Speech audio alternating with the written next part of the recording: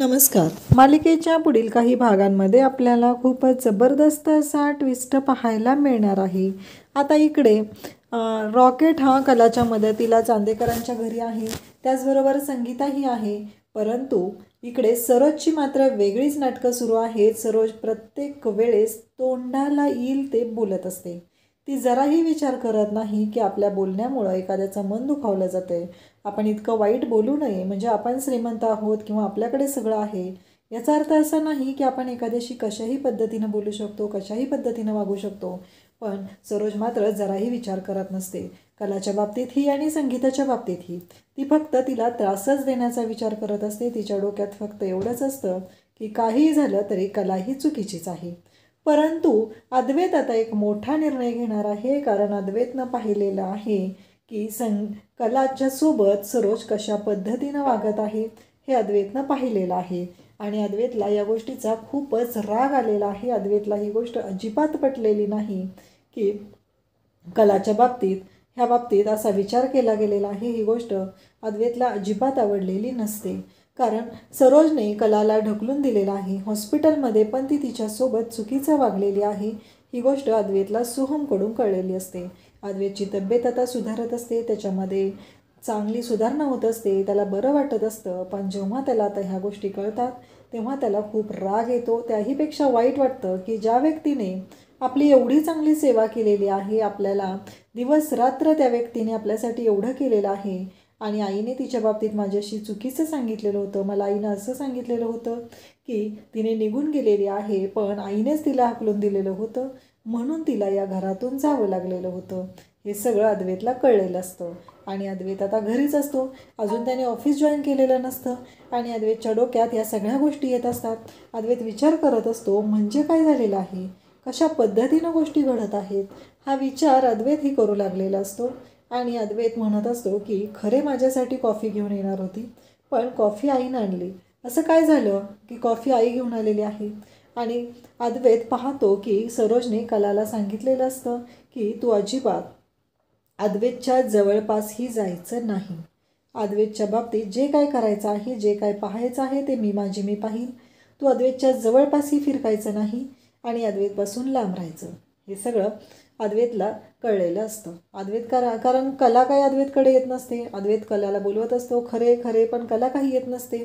अद्वैत विचार करू लागतो की माझी एवढी सेवा करणारी खरी आता कुठं गेली, एवढं असं अचानक काय झालं, हा प्रश्न अद्वैतला पडलेला असतो. आणि अद्वैत तिला बोलवत असतो. संगीता येते. संगीता अद्वैतला जेवण भरवते. म्हणते की जावई बापू जरा कली कामात आहे हो, म्हणून ती आलेली नाही. कारण अद्वैतची तब्येत ठीक नसते आणि अद्वैतला अशा कंडिशनमध्ये आपण त्याला घरातल्या गोष्टी सांगायला नको असं सगळ्यांना वाटत असतं. आणि इवन सरोज पण ती म्हणत असते की नाही, तिनंच सांगितलेलं आहे की ती येणार नाही.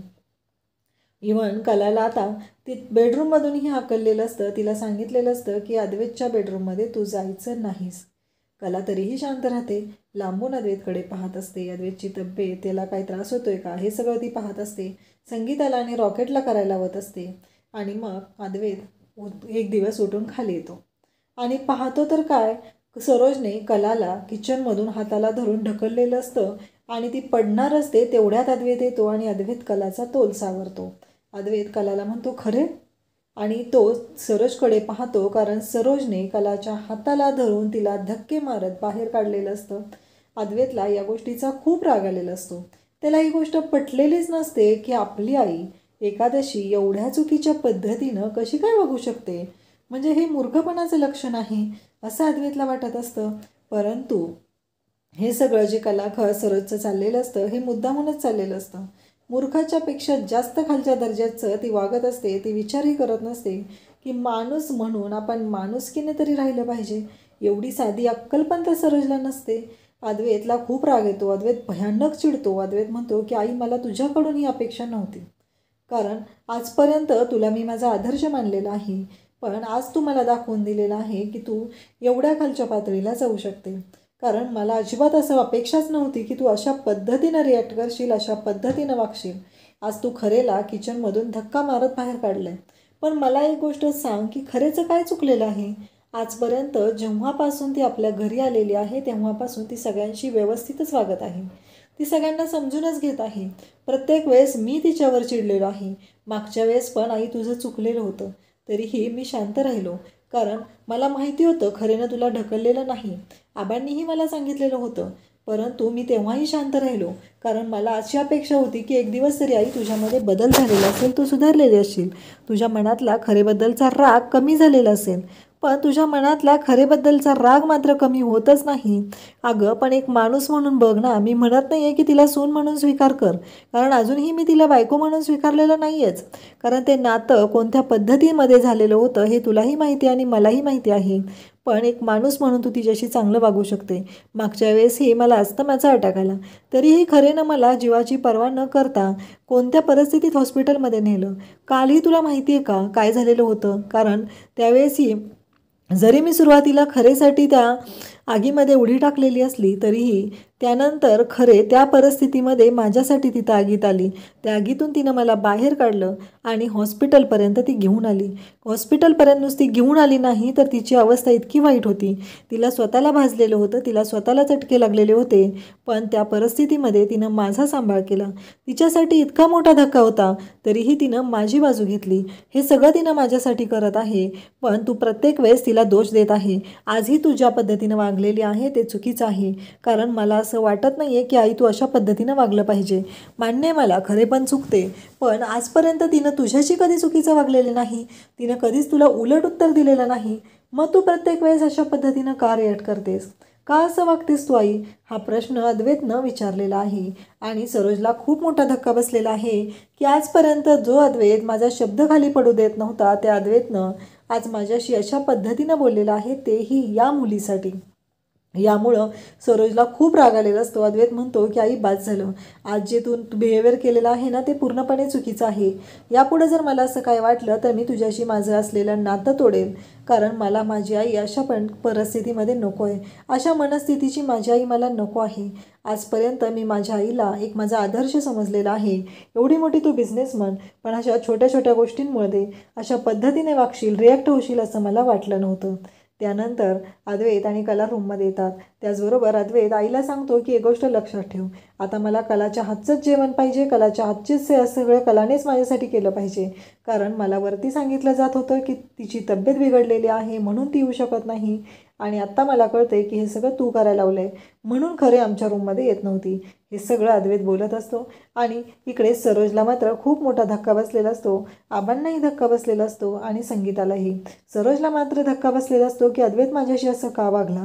आणि आबांना आणि संगीताला मात्र खूप छान वाटलेलं असतं, कारण हे सगळं जे घडलेलं आहे ते एवढ्या चांगल्या पद्धतीनं, म्हणजे अद्वैतरावांनी कलाची बाजू घेतलेली आहे, ते कलाशी एवढ्या चांगल्या पद्धतीनं बोललेले आहेत.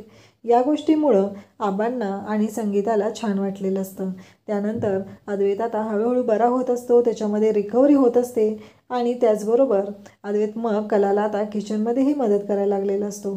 तो कलाला म्हणत असतो की खरे मागच्या वेळेस तू मला काहीतरी शिकवलं होतं ना, आता नवीन पदार्थ शिकव. कारण कला त्याला जे शिकवत असते, म्हणजे नारळाच्या वड्या बनवलेल्या असतील, त्याच्या आधी त्यांनी घरी जेवणावर बरेच पाहुणे आलेले होते, कलाला डिझाईन बनवायच्या होत्या.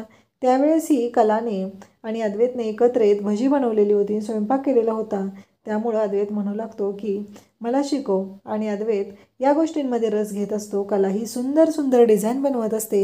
अद्वैतला जशा पद्धतीच्या डिझाईन हव्या आहेत त्या पद्धतीच्या डिझाईन बनवत असते आणि चांदेकरांच्या बिझनेसची भरभराट होत असते. आता राहिला प्रश्न घरातल्या कामांचा किंवा आईचा. आईलाही त्याने चोख उत्तर दिलेलं असतं, कडक शब्दात सांगितलेलं असतं की खरे आणि माझं लग्न झालेलं आहे. जरी मी स्वीकारलं नाही, तू स्वीकारलं नाही, तरी या अख्ख्या कोल्हापूरकरांना माहिती आहे की खरे ही माझी बायको आहे, असं अद्वैतनं स्पष्टपणे सांगितलेलं असतं. आणि सरोजची मात्र वाट लागलेली असते. त्यानंतर अद्वैत आणि कला दोघंही किचनमध्ये असतात आणि दोघंही जेवण बनवत असतात. कला खूप खुश असते. कलाने तर मनापासून स्वीकारलेला आहे अद्वैतला नवरा म्हणून, परंतु आता कलाला या गोष्टीचाही आनंद झालेला आहे की अद्वैतला तिला आता बायकोचा मान देत आहे. त्यामुळं कलाला खूपच छान वाटत असतं. अशाच अपडेटसाठी चॅनलला सबस्क्राईब करा. थँक्यू.